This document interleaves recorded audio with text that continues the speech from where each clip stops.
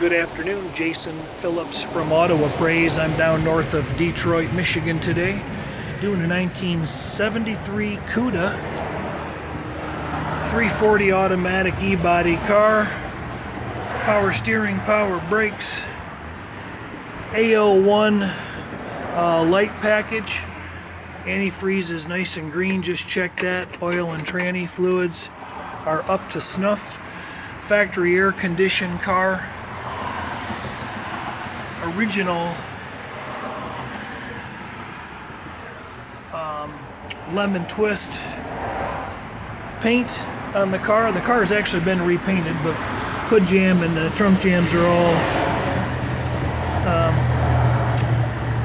all still stock. Trying to see the code on that because I can't remember, although I could cheat and look at the sheet. It's right over there. C16 console, D34 automatic 3-speed transmission, a few other notable trim tag items. So let's go through the car. I got it all jacked up right now, so we're gonna start there. But since I've touched on the engine bay, we'll quickly go through that, I guess, because it makes more sense. Core support stamp, for starters, is nice and easy on top and clear, and it matches the VIN on the car, which matches the fender tag, which matches the core support, or the cowl stamp, excuse me, and our dashboard VIN, and then we do have a sticker on the door. It's a little bit faded. The core support, for starters, it looks nice and straight, doesn't look like it's had any wrinkles or smacks or wops. The lower portion of the tie bar or core support looks to be in pretty good shape. It's got a few little minor bends in it, but nothing horrifically structural. Up here along the apron sections, everything looks very stout, very original. No rust bleeding through heavily on the firewall. Just a little bit of surface rust edging on those seams, if you can see them right there, but not crusty in any way, shape, or form. A lot of nice originality under the hood. Tag on the wiper motor.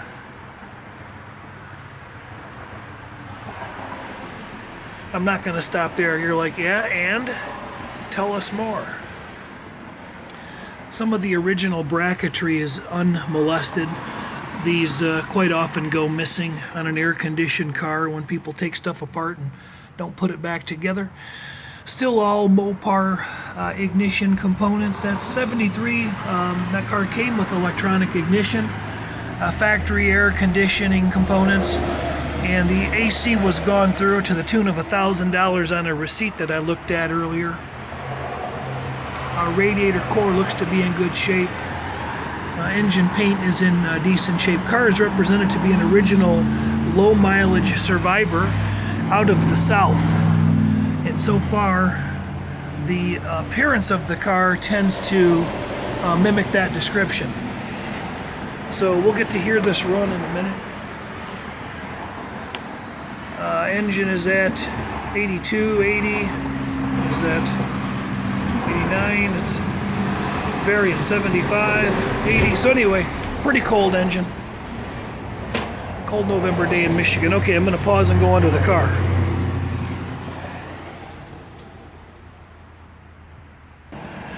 Start up underneath the front end. Unitized rail structures. There's a leaf in this one, but not crusty on the edges, no rips or pulls. Some of this original trim is all still bolted in place. Sides of the rails are in nice shape. Back sides of the fenders and the inner splashes are in nice shape.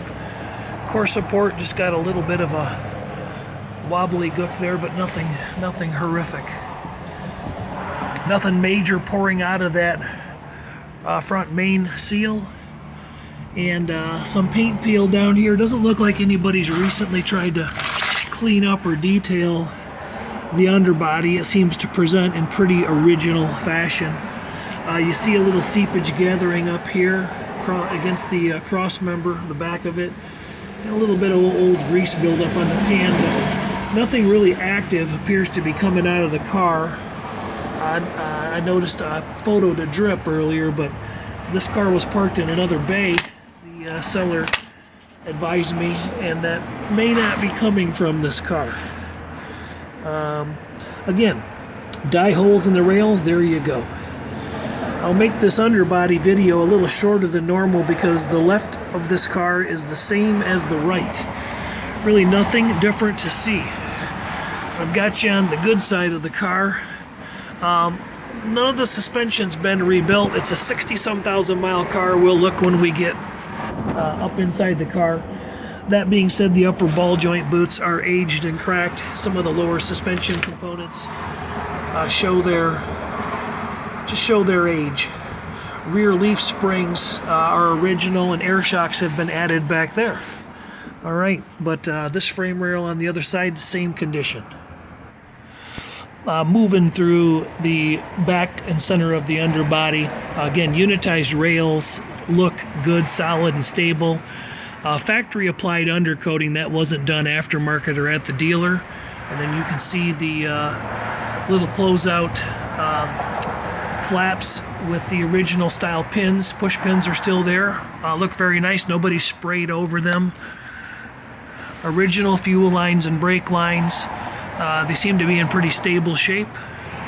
Down along here, I ran a digital paint meter and a magnet test. The body magnet tests out very good. Digital paint meter shows us favorable readings anywhere from 8 or 9 mil of thickness to 20, 21, 22. But all of that sticks nicely with a refrigerator style business card magnet. Pinch welds along the rockers look very nice. A little evidence of some thin paint happening along the rockers, but no structural rust, just a little bit of cosmetic aging present. Floor pans are heavily undercoated, but again, that's not done. That's on the original build of this car. On 73, it came stock with a automatic transmission and a sport hood and a few other things. That A01 light group, that was an option. Transmission looks like some pretty good shape. Couple drips of tranny fluid here and there, but nothing blasting out the rear seal. And 8 3/4 rear end. Floor structure again looks nice. Inner rocker structure looks nice. Nobody's changed any of those fuel lines or brake lines. Older dual Flowmaster setup. 2 1/4 inch is what it looks like. The garage floor is very wet due to a rainstorm outside, but you get the idea. Good solid underbody. Down here on the ground, doors close really nice. Car is nice and straight down the sides.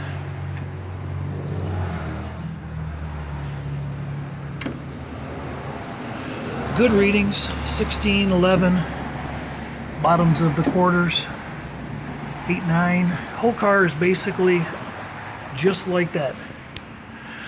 About 50 still photos of readings were taken. All right, let's sneak up in here. We got an original gas tank. Valance panel fits nicely. Correct rectangle ports on the exhaust. Rear end doesn't appear to have any major active leaking. Sorry for the low light. A little bit of grease buildup there on the bottom. No fluid weeping out of the bottoms of the backing plates. Air shocks added because those are original springs. About 12 to 15 thousandths or 30 seconds in tread. Up here, what I wanted to point out was the quarter panel splashes look great. Get my skinny little light up there. You can see an original tab present, original drain plug or die hole, original reinforcement fingers. All really nice for an original car. little bit of rich burn on that exhaust. Oh, and lastly, I didn't really show the die holes in the frame rails or the wheel tubs, but take a peek at the wheel tubs. No separation up there. That light works better if it's on, doesn't it? Yeah, so the wheel tub looks real nice. Inner and outer are very nicely aligned. And then up here, the rail holes, die holes look nice. All the way back to the bumpers, both sides, everything looks good and straight. Good and straight.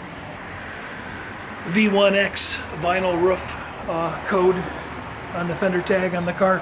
A little bit of light bubbling underneath there and on the other side, but the top otherwise shows pretty nice. We're going to get it out in the light. There's a little something on top, but I think that's just, it's not a super bright garage. All right, let's get it down and get it outside. All right, fire it up, please. Pull it out.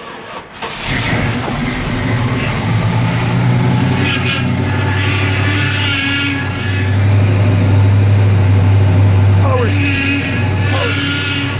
steering pump. Power steering pump sounds like it's a little low on fluid. All right, cold start 81, 82, 83 degrees.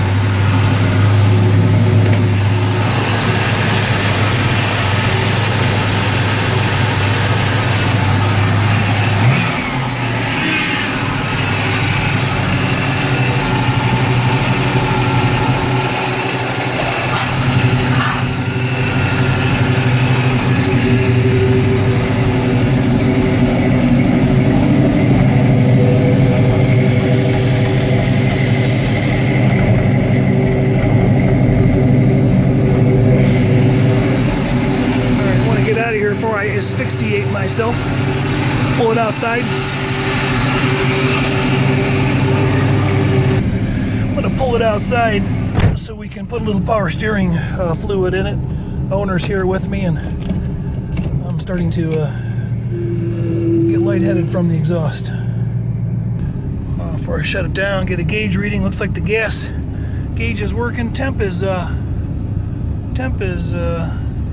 low still. Charging. Clock is not ticking.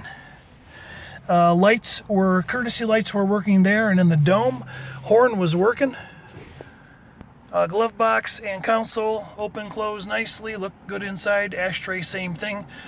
The thing was equipped with a cigar lighter. That was pretty important in 1973. Be driving down the road puffing on a big fat cigar. Slapstick original shifter console is in pretty nice shape. Trim looks pretty good. Original sports steering wheel, that looks very nice. Gauge faces are really clean. Lenses are clear. 69,000 miles reported air-conditioned car. This car belonged to his mother, and she owned it for many, many years. And I saw the paperwork. It came up from the south in Kentucky, I believe. Let's look at the trunk. Popping the trunk up. Key works no problem. Let me see if I can get a little better light on that. Seam is in nice shape up and along the bottom side. Quarter panel seams look appropriate. Doesn't look like any work's been done back here. In my photos, I pointed out in the door jambs what looked like some welds on the quarter connections, which may in fact just be OEM factory. We got a matching spare tire, 14-inch wheels, by the way. P2 1570s. This car originally came with some raised white letter F70 14s, I think. Jack. Trunk looks great. Doesn't really look like any evidence of any significant repair or repaint work. Tail panel all looks really good.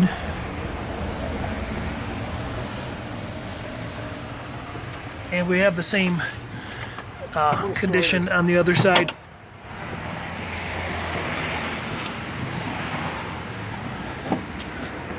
Car came out of Louisville, Kentucky. Some of the receipts indicate service history and whatnot. It's a nice straight looking car down both sides.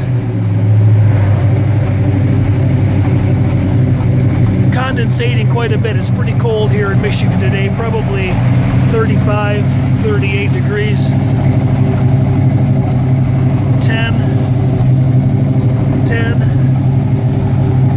14.5. This molding might not have gotten pulled. A little bit of overspray right there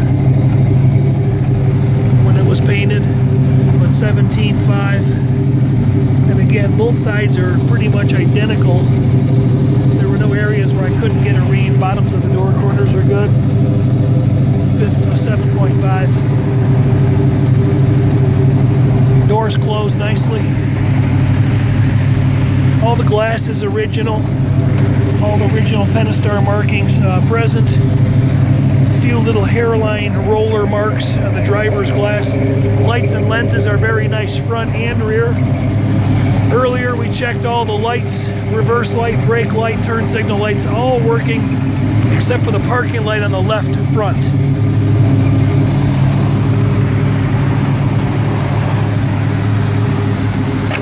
Sport hood. I believe that was a stock deal in 1973. Chrome bumpers still show very nicely. Painted grills, and those show pretty well. There's a little chip out of the balance panel. Somebody repaired it, popped loose. Lower valance looks nice. Wipers are working. Let's go for a ride.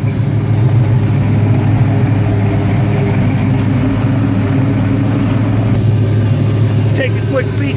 Door jambs and skins look like this on both sides. Both look very nice. Original door panels show well. No major chips or dry chalkiness. A few little dog scratch finger marks. Probably somebody had a little puppy in there a long time ago. Sill plates look original. If they were changed, it was in the 80s or 90s. Jambs look nice. I was noting these little welds slash body caulk maybe. Carpet kit shows nicely. Back seat shows nicely. Interior quarter trim and sail panels aren't sagging. The package tray looks nice. Vinyl seats are in really good shape.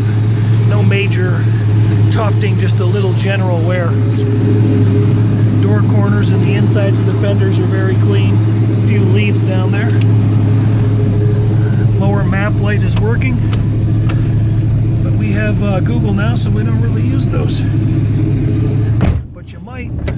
Glove box looks nice. Courtesy light works. And the dash pad, if I didn't mention it earlier, nice original grain, not showing any cracks or issues. And we're gonna light up a big cigar, smoke it. Looks like it's working good. Console door, Woodward Cruiser. All right, can we take it for a ride? Got our horn working, got our key light, part of the AO1 package again. Temperature's just starting to come up. Wipers, there's 1 speed, there's a 2nd speed, 2 speed. Are they 2 or 3? Could be either. 2 speed. 2 speed, all right. Aftermarket JVC CD player, haven't tested that out yet, but the